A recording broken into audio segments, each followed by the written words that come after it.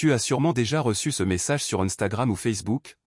Bonjour, tu veux gagner de l'argent depuis chez toi. Peut-être même qu'un ami t'a parlé de cette opportunité incroyable pour être ton propre patron grâce au marketing de réseau. Mais, est-ce vraiment la clé de la liberté financière, ou une simple arnaque déguisée? Dans cette vidéo, on démêle le vrai du faux sur le MLM. Reste bien jusqu'à la fin, je vais te donner 3 conseils pour ne pas tomber dans les pièges classiques du marketing de réseau. Mais attention, ce modèle est souvent confondu avec les systèmes pyramidaux, qui eux, sont illégaux.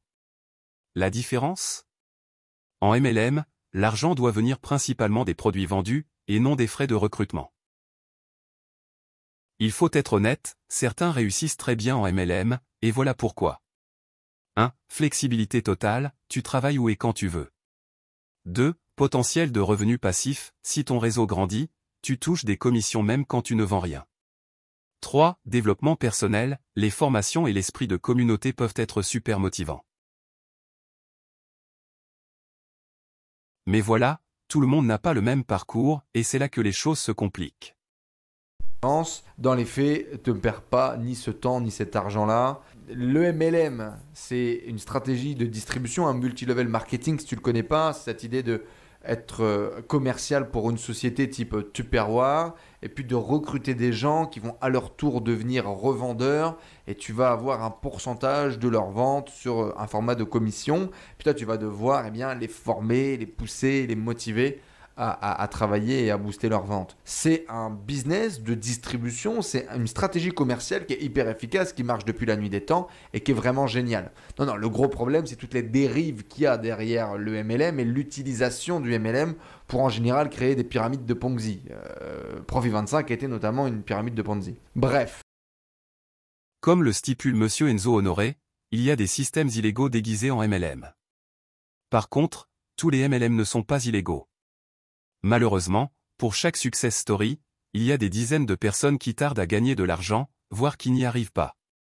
Voici les principales raisons. 1. Investissement initial élevé, on te demande souvent d'acheter un kit de démarrage cher.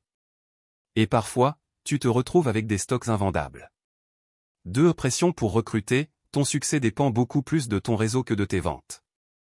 3. Promesses irréalistes, on te vend un rêve de richesse rapide, mais en réalité, seuls 1 à 2% des participants gagnent réellement bien leur vie dans le MLM.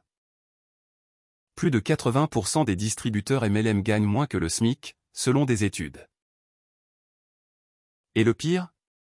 Ces systèmes jouent souvent sur tes émotions, en te faisant culpabiliser si tu n'y arrives pas. Tu n'as pas assez travaillé. Tu n'es pas assez motivé. Résultat, beaucoup abandonnent, frustrés et endettés. Mais alors, comment savoir si un MLM est sérieux ou si c'est une arnaque? Voici 3 critères à vérifier.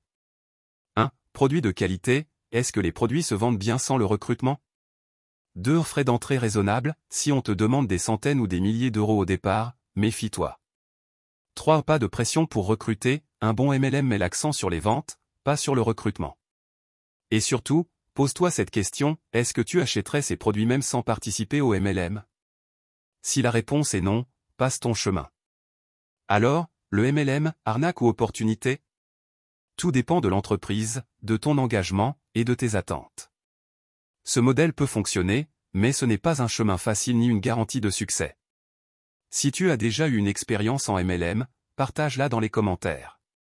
Je suis curieux de savoir si ça a marché pour toi.